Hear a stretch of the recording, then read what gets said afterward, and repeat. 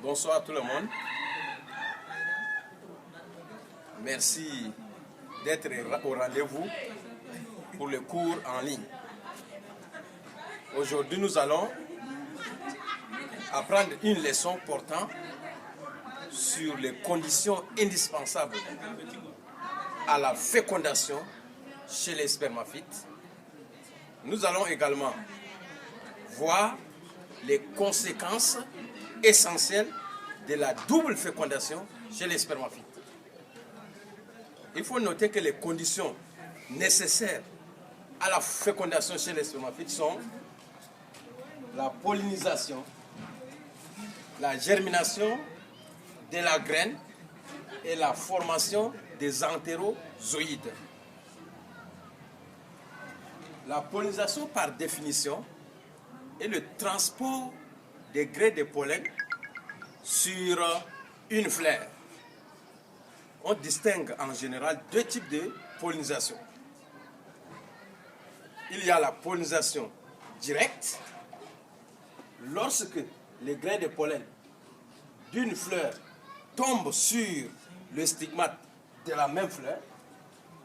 Il y a également la pollinisation indirecte, appelée aussi pollinisation croisée. C'est lorsque les grains de pollen d'une fleur A tombent sur les stigmates d'une fleur B. C'est la première condition pour qu'il y ait fécondation. Une fois la pollinisation faite, le grain de pollen germe, c'est-à-dire le grain de pollen émet un tube pollinique le long du style jusqu'à l'ovule.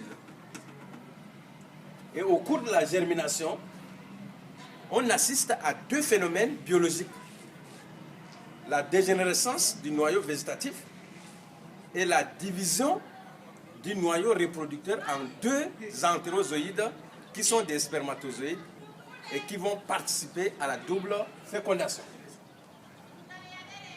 Une fois les entérozoïdes formés, ces entérozoïdes, les voici.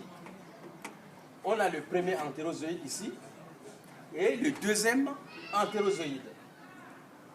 Ces deux entérozoïdes, lorsque le tube pollinique se rapproche du sac embryonnaire, les deux entérozoïdes, l'un féconde l'osphère